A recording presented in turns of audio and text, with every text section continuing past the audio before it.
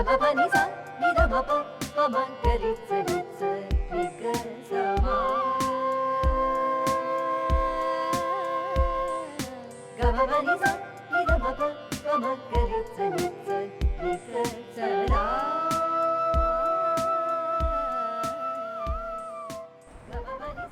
was one Rasika who used to come for concerts, and I used to call him Star Mama.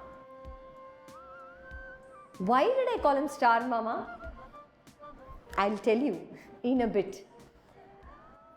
These Rasikas, I tell you, they are a fundamental bedrock of concerts, if you ask me. Because what are concerts if it was not for Rasikas listening to it? Then it is like each one to we can sit and sing at home as well, right? But if we are going to present a concert, it is the Rasikas who listen to us, who give us a certain reaction that turns into an inspiration for an artist, and it goes back as something more creative and beautiful to the Rasika, and the Rasika enjoys it further and it comes back. It's a loop, right?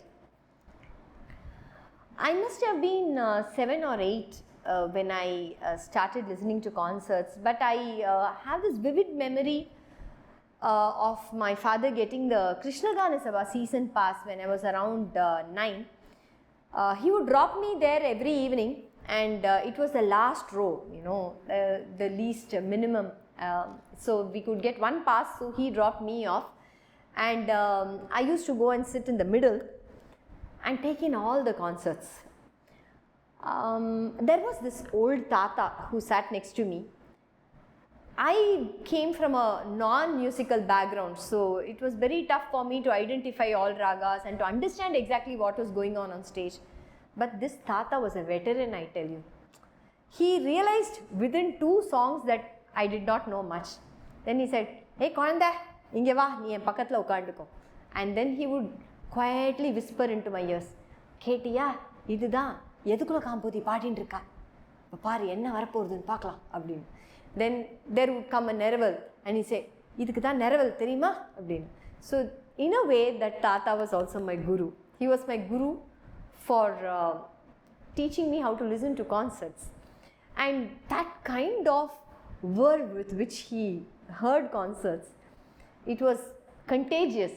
Krishna Gana Sabha used to offer all genres of music at that time. So I got to listen to the likes of Shri Bhimsen Joshi, Parveen Sultana ji, then, you know, different kinds of dances, all genres, Kuchipudi, Kathak, Odissi, Manipuri, you know, and probably the time when Shri U. Srinivas was at his peak. And I remember watching this little boy play and then going and standing in the wings to have a look at him. And when he came out, I realized, oh, he's taller than what he looks on stage. That was the feeling I had. So these are indelible things in my head, you know, memories in my head about listening to concerts. At home, they used to play the national program. At those days, it used to come at around 9:30, 10, and I used to be very sleepy. So I used to put my bedspread on my head and cover my ears so that I could shut out the music. But anyway, I did hear. In spite of that, I heard some amazing music. So it just goes to show that in spite of being non-musicians, somewhere my parents knew that they had to expose me to good music. So I think a good ear for music is very, very important for anybody. It's a journey that takes them through their life with much more ease. Can you imagine sitting when you're 80 or 90, just sitting, sipping some good coffee or chai and listening to some good genre of music? Don't you think that will relax you? So I think music is something, a friend that comes with us through life. Yeah. Again, it was those days the digital media was not very prevalent, right? So we had to listen to something as a student. Sometimes we didn't even have the book to refer to the Sahitya. So we had to write it down from the, I still remember my mother, in spite of being so busy, she used to write notations for me sitting in my guru's place so that I can refer to it later. So I remember another memory is this. I was learning Ramaniyada, And I remember I didn't have a CD or a cassette to listen to it. And I met Vijay Shiva Anna somewhere and he asked me, "Henna kathukra?" Then I said, "Ramaniyada kathukra Anna." He said, "Ketirkiya? Patama paadi ketiya?" Abdin. Illa Anna enkitta edhu illa kekkuradhukku. He said, "Sampradayakku po." Sampradayala 86th cassette B side moonada paattu. This is how he would say. And then Sampradaya was one place where we could all go sit, listen to concerts. So they would give us a dedicated piece of a kutti recorder, and we had to go and request, like a book, like you request for a book in a library, we had to request for the cassette. Then we put the cassette inside and we sit and listen. But I tell you, that kind of dedicated listening, I'm not able to do now with this digital media. I have hours and hours of music in my computer and we have it in our phones, but are we really focusing and listening to all that? That I do not know. Those were golden days, really.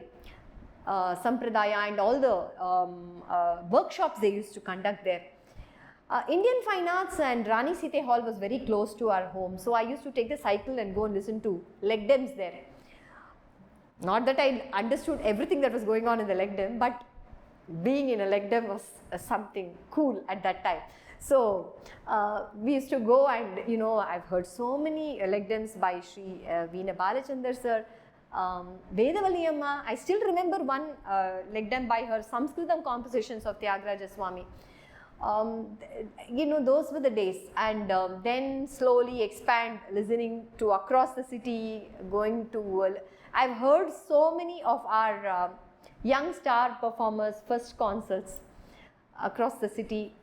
Listening, I think that was very important. Listening to our peers, listening to people who were making a mark in this field, it created a big impact. But more than anything else, we could listen to some of the legends perform live concerts. Sitting in a concert of, say, MS Amma or MLV Amma was electrifying, really. The way they presented themselves, the way they looked on stage, the glow, the buzz in the audience. And MLV Amma, I remember there used to be a bell in her voice, you know. One இயற்கையா ஒரு மணி அந்த குரல்ல, அந்த மாதிரி ஒரு குரல், the way it used to roll and twist and turn, it as a young child it created a big impact in me. Of course, then the other big craze and love for me was Sri KVN Mama's Sangeetam. I don't know how many concerts, live concerts of his I've heard across the city. And I could never even open my eyes in his concert because it was like a meditative experience for me every time. So I'm sure you all have experiences like that, right? I'm very sure each one of you remember.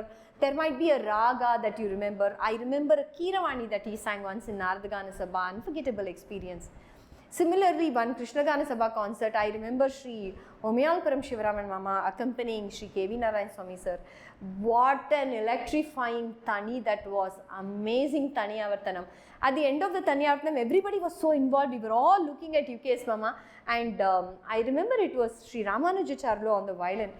He forgot to take his violin after the third Tirmanam, and he was, you know, sitting like this on the edge and watching Shivaraman Mama, and KVN Mama took his violin bow and nudged him to take the violin.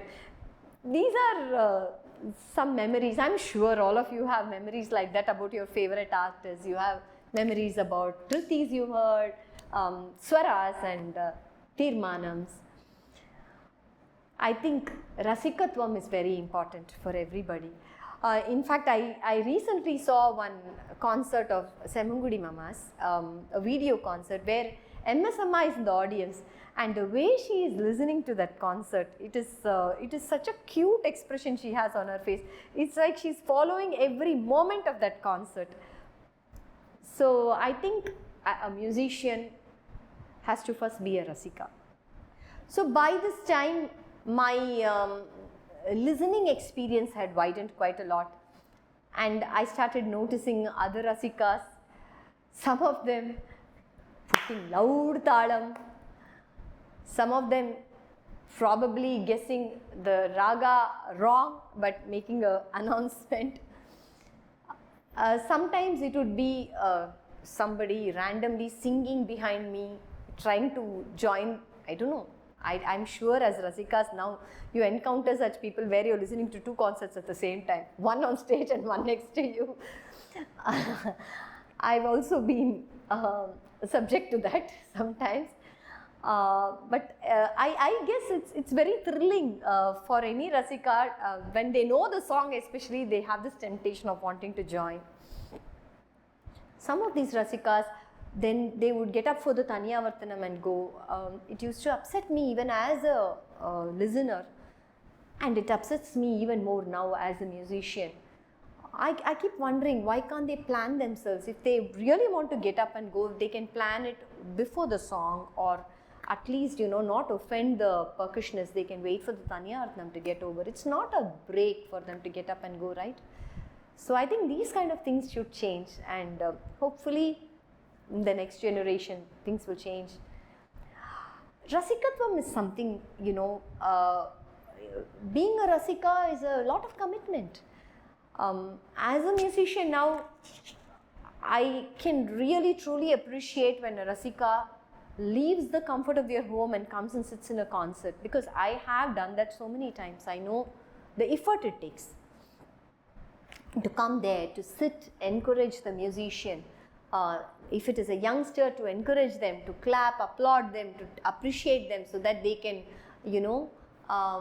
improve in their art form.